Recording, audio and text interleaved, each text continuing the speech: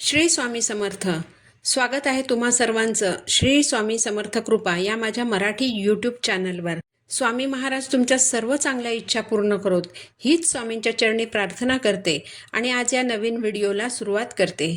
बघा, आता या मार्च महिन्यामध्ये 31 मार्च 2025 रोजी सोमवारी आलेला आहे श्री स्वामी समर्थ महाराजांचा प्रकट दिन, म्हणजेच श्री स्वामी समर्थ महाराजांची जयंती. वर्षभर ज्या दिवसाची आपण सर्व स्वामी भक्त चातकासारखी वाट बघत असतो तो दिवस म्हणजे स्वामी महाराजांचा प्रकट दिन. तर येत्या 31 मार्चला आपणा सर्वांना स्वामी महाराजांचा प्रकट दिन साजरा करायचा आहे.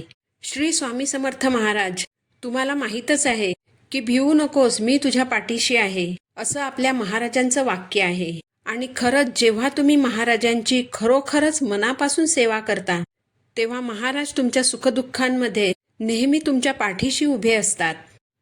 आणि महिलांनो, दादांनो, ही एक खूप चांगली संधी आहे. ही संधी अजिबात वाया न जाऊ देता 11 मार्च 2025 ते 31 मार्च 2025 या कालावधीत तुम्ही स्वामी समर्थ महाराजांची 21 दिवसांची सेवा करा. आता 21 दिवस म्हणजे बघा, 11 मार्च 2025 पासून बघा, या दिवशी आहे मंगळवार. तर मंगळवारपासून ते 31 मार्च 2025 पर्यंत तुम्हाला स्वामींची सेवा करायची आहे. तर तुमच्या लक्षात आलंच असेल की 11 मार्च पासून ते 31 मार्च पर्यंत म्हणजे बरोबर 21 दिवसांची सेवा होते. बघा, तुमच्या कोणत्याही प्रकारच्या अडचणी असतील, जसं की तुम्हाला नोकरी लागत नाही, तुमच्या घरात काहीच व्यवस्थित होत नाही, नवरा बायकोची भांडणं होत असतील, अगदी घटस्फोटापर्यंत प्रकरण गेलेलं असेल, तुम्हाला मूलबाळ होत नसेल, घरामध्ये नेहमी काहीतरी वाईट घडत असेल, नेहमी अडचणी संकट येत असतील, एखाद्या वाईट प्रकरणात तुम्ही अडकला असाल, काहीही आणि कोणत्याही प्रकारचे तुमचे प्रॉब्लेम असतील, तर या सर्व अडचणीतून, सर्व संकटांतून तुम्हाला बाहेर पडायचं असेल तर बघा, हे 21 दिवस वाया जाऊ न देता तुम्ही स्वामी महाराजांच्या सेवा करा. आता सेवा कोणत्या करायच्या हे सांगण्याआधी मी तुम्हाला नियम सांगणार आहे. कारण सगळ्यांना नियमांचं खूप टेन्शन येतं. कारण नियम काय असतात, काय पाळावं लागतं, काय पाळावं लागत नाही, याचं सगळ्यांना खूपच टेन्शन येतं. तर बघा, सगळ्यात पहिलं म्हणजे मांसाहार करायचा नाही. जेव्हा तुम्ही सेवा करता तेव्हा तुम्ही हे लक्षात ठेवायला हवं की तुम्हाला मांसाहार करायचा नाही. आता यानंतरचं जे टेन्शन असतं ते म्हणजे मी खात नाही पण घरातल्या इतर व्यक्तीने खाल्लं तर चालेल का? तर बघा, तुम्ही सेवा करत असाल तर तुम्ही मांसाहार करू नका. घरातील इतर व्यक्तींना खायचं असेल तर त्यांना खाऊ देत. कारण तुम्ही मांसाहार करत नाही म्हणून घरातल्या इतरांनीही मांसाहार करू नये असा जर तुम्ही नियम केलात तर घरात भांडणं होऊ शकतात. म्हणून कुणावरही जबरदस्तीने हा नियम लादू नका. पण तुम्ही सेवा करणार असाल तर तुम्ही मात्र हा नियम पाळा. बाकीच्यांचं जाऊ देत, त्यांना मांसाहार करायचा असेल तर करू देत. बघा, महाराजांना सगळ्या गोष्टी माहीत असतात. त्यामुळे मांसाहार जर घरात होत असेल, घरात नॉनव्हेज शिजत असेल तर महाराज सेवा स्वीकारत नाहीत असं अजिबात नाही. तुम्ही किती निस्वार्थीपणे, किती मनापासून सेवा करता हे जास्त महत्त्वाचं आहे. तुम्ही जर निस्वार्थीपणे, मनात कोणतीही शंका न ठेवता सेवा केलीत तर महाराज तुम्हाला तुम्ही केलेल्या सेवेचं 100% फळ देणारच. त्यामुळे तुम्ही सेवा करणार असाल तर तुम्ही नियम पाळा. तुम्ही इतरांना नॉनव्हेज बनवून दिलं तर चालेल, पण तुम्ही नॉनव्हेज खाऊ नका. ज्या दिवशी तुम्ही घरातल्या इतर सदस्यांसाठी स्वतःच्या हाताने नॉनव्हेज बनवणार असाल त्या दिवशी तुम्ही सकाळीच सर्व सेवा करून घ्या. तर असे काही नियम तुम्ही स्वतःच विचार करून स्वतःसाठी तयार करून घ्या. बघा, तुम्हाला 11 मार्च 2025 ते 31 मार्च 2025 या 21 दिवसात स्वामींच्या सेवा करायच्या आहेत. पण या 21 दिवसांमध्ये जर तुमची मासिक अडचण येणार असेल तर तुम्ही 4-5 दिवस अगोदर म्हणजे 5 मार्च किंवा 6 मार्च 2025 पासून देखील सेवेला सुरुवात करू शकता, जेणेकरून प्रकट दिनाच्या दिवशी तुमची 21 दिवसांची सेवा पूर्ण होईल. कारण मासिक अडचण आली तर सेवा 4 ते 5 दिवस बंद करावी लागते आणि 4 ते 5 दिवसानंतर सेवा पुन्हा पुढे चालू करायची. सुतक विटाळ आला तर तेवढे दिवस सेवा बंद करायची.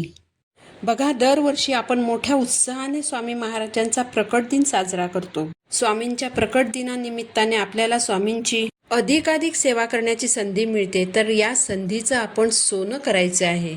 तर 11 मार्च 2025 ते 31 मार्च 2025 हा जो 21 दिवसांचा कालावधी आहे, हा स्वामींच्या सेवा करण्याचा सुवर्ण काळ आहे. तर 21 दिवस आपल्याला कोणत्या सेवा करायच्या आहेत? पहिली जी अतिशय प्रभावशाली सेवा आपल्याला करायची आहे ते म्हणजे स्वामी चरित्र सारामृत या ग्रंथाचं पारायण करणं. स्वामींच्या प्रकट दिनानिमित्ताने आपल्याला स्वामी चरित्र सारामृत या ग्रंथाचं पारायण करण्याची अतिशय मोलाची संधी मिळालेली आहे. तर 11 मार्च 2025 पासून पुढील 21 दिवस तुम्ही स्वामी चरित्र सारामृत या ग्रंथाचा रोज एक पाठ करू शकता.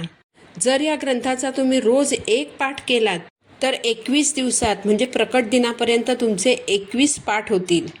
आता एक पाठ म्हणजे काय, तर या ग्रंथातील 21 अध्यायांचं रोज पठण करणं म्हणजे एक पाठ करणं होय. आयुष्याचं सोनं करणारा हा ग्रंथ आहे.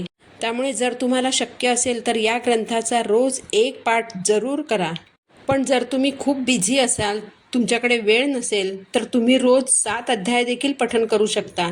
म्हणजे तुमचं 3 दिवसात एक पारायण आणि 21 दिवसात 7 पारायणं पूर्ण होतील. अगदी तुम्ही रोज एक अध्याय जरी वाचलात ना, तरी तुमचं 21 दिवसात एक पारायण पूर्ण होईल. यानंतरची दुसरी जी सेवा आहे ती म्हणजे 11 मार्च ते 31 मार्च सेवेच्या या सुवर्ण काळात तुम्ही श्री स्वामी समर्थ या मंत्राचा जप करू शकता. तुम्ही 11 माळी जप करू शकता, 7 माळी जप करू शकता, तुम्ही अगदी 5 माळी देखील जप करू शकता. श्री स्वामी समर्थ या षडाक्षरी मंत्राचा जप करताना तुम्हाला एका जागेवर आसनावर बसून तुम्हाला जप करायचा आहे. अगदी शांत चित्ताने स्वामींसमोर बसून स्वतःला ऐकू येईल एवढ्या मोठ्या आवाजात तुम्हाला जप करायचा आहे. स्वामींची तिसरी जी प्रभावशाली सेवा आहे ती म्हणजे तारक मंत्र. तारक मंत्र या शब्दातच या मंत्राचं सामर्थ्य सामावलेलं आहे. तारक म्हणजे तारणारा. हा मंत्र म्हणजे स्वामींनी त्यांच्या भक्तांना दिलेला हा आशीर्वादच आहे. तारक मंत्रातील प्रत्येक शब्द हा आश्वासक आहे, विश्वास देणारा आहे. विश्वास हा की स्वामी आपल्या पाठीशी आहेत. तर या 21 दिवसांच्या कालावधीत तुम्ही रोज 11 वेळा तारक मंत्र म्हणू शकता. मात्र हा मंत्र म्हणताना अनन्य भावाने स्वामींना शरण जाऊन या मंत्राचं पठण करायचं आहे. तुमच्या देवघरातील स्वामींसमोर आसन घेऊन बसायचं आणि श्रद्धाभक्तियुक्त अंतःकरणाने अगदी एकाग्र चित्ताने आपल्याला तारक मंत्राचं पठण करायचं आहे. या 21 दिवसांमध्ये तुम्ही स्वामींचं अखंड नामस्मरण करू शकता. स्वामींच्या नामस्मरणाने अनेकांच्या आयुष्यात अनेक बदल घडलेले आहेत. अनेकांचे आजार बरे झाले आहेत. अनेकांची संकटातून सुटका झाली आहे. तुम्ही तुमची रोजची नित्याची कामं करता करता स्वामींचं अखंड नामस्मरण करू शकता. तुमच्याकडे जर स्वामी महाराजांचा फोटो किंवा मूर्ती नसेल तर या 21 दिवसांमध्ये तुम्ही स्वामींच्या फोटोची अथवा मूर्तीची तुमच्या देवघरात स्थापना करू शकता. तुम्ही जर स्वामींच्या कोणत्याही नवीन सेवेला सुरुवात करणार असाल तर त्या सेवेला तुम्ही या काळात सुरुवात करू शकता. या 21 दिवसांमध्ये साक्षात स्वामी आपल्या घरात आहेत अशी आपल्या मनात दृढ भावना ठेवून आपल्याला स्वामींची सेवा करायची आहे. तुम्ही या सेवा दिवसभरात कधीही करू शकता. फक्त दुपारी 12 ते 12:30 या वेळेत सेवा करायची नाही. ही सेवा करण्यासाठी पूजा मांडणी करायची गरज नाही. मात्र जर संकल्पयुक्त सेवा करणार असाल तर एकाच वेळी एकाच जागी एकाच आसनावर बसून सेवा करायची आहे. या 21 दिवसांमध्ये जर तुम्ही एखाद्या दिवसासाठी लग्नाला किंवा इतर कोणत्याही कामासाठी बाहेरगावी जाणार असाल तर सकाळी सेवा करून मगच बाहेर जा. जर काही कारणासाठी तुम्हाला तुमच्या गावाला म्हणजे जर तुम्ही विवाहित असाल आणि तुम्हाला जर सासरच्या गावाला जावं लागणार असेल तर तुम्ही तुमच्या सासरच्या घरी या सेवा करू शकता. पण जर तुम्ही 4 दिवसांसाठी माहेरी जाणार असाल तर मात्र शक्यतो या गोष्टी टाळायचा प्रयत्न करा. कारण या सेवा तुम्ही तुमच्या घरात करायच्या आहेत. जेव्हा तुम्ही या सेवा तुमच्या घरात कराल तेव्हा तुमच्या घराला आणि कुटुंबाला या सेवा फलदायी ठरणार आहे. म्हणून या सेवा तुम्हाला तुमच्या घरात करायच्या आहेत. सेवेला सुरुवात करण्यापूर्वी तुम्ही स्वामींच्या मठात जाऊन स्वामींचं दर्शन घ्या, स्वामींचा आशीर्वाद घ्या. म्हणजे जर तुम्ही 11 मार्चला सेवेला सुरुवात करणार असाल तर 10 मार्चला स्वामी महाराजांच्या एखाद्या जवळच्या मठामध्ये केंद्रामध्ये एक नारळ, फूल, खडीसाखर घेऊन जा तुम्हाला जर शक्य असेल तर पिवळी मिठाई घेऊन जा. हे सर्व स्वामी महाराजांना अर्पण करा. स्वामींना अनन्य भावाने शरण जा आणि तुम्ही स्वामींची कोणती सेवा करणार आहात ते स्वामींना सांगा. तुमची जी कोणती अडचण असेल, इच्छा असेल, तुमची कोणती समस्या असेल ती स्वामींना सांगा आणि मला यातून मार्ग काढून द्या अशी स्वामींना प्रार्थना करा. आणि जी कोणती सेवा तुम्ही करणार आहात ती निर्विघ्नपणे पार पडावी आणि तुम्ही केलेली सेवा मान्य करून घेण्यासाठी स्वामींना हात जोडून प्रार्थना करा. तुमच्या घराच्या जवळपास जर स्वामी महाराजांचा मठ किंवा केंद्र नसेल तर तुम्ही दत्त महाराजांच्या मंदिरामध्येही जाऊ शकता. तुम्ही तुमच्या देवघरातील स्वामींच्या मूर्तीसमोर किंवा फोटोसमोर नारळ ठेवून, खडीसाखर ठेवून प्रार्थना करू शकता. तर 11 मार्च ते 31 मार्च हे 21 दिवस स्वामी महाराज आपल्या घरात आहेत अशी श्रद्धा मनात ठेवून आपल्याला स्वामींची सेवा करायची आहे. जेवढ्या आपण स्वामींच्या सेवा करू, जेवढं आपण स्वामींचं नामस्मरण करू, जेवढं आपण तारक मंत्राचं पठण करू, तेवढे आपण स्वामींच्या जवळ राहू, स्वामींच्या आसपास राहू. सर्वांनाच माहीत आहे की जे केवळ अशक्य आहे ते शक्य करण्याचं सामर्थ्य हे फक्त आपल्या स्वामी महाराजांमध्ये आहे. जे भक्तांच्या नशिबात नाही तेही भक्तांना द्यायचं सामर्थ्य महाराजांकडे आहे. त्यामुळे या 21 दिवसात आपल्याला आपल्या स्वामी महाराजांची जास्तीत जास्त सेवा करायची आहे. तर सर्वांनी 11 मार्च ते 31 मार्च या 21 दिवसांमध्ये जेवढ्या शक्य होतील तेवढ्या जास्तीत जास्त स्वामी महाराजांच्या सेवा करायच्या आहेत. स्वामी तुम्हाला कधीच काहीच कमी पडू देणार नाहीत. तर झालेली सेवा मी महाराजांच्या चरणी अर्पण करते. पुन्हा भेटू नवीन व्हिडिओसोबत. श्री स्वामी समर्थ.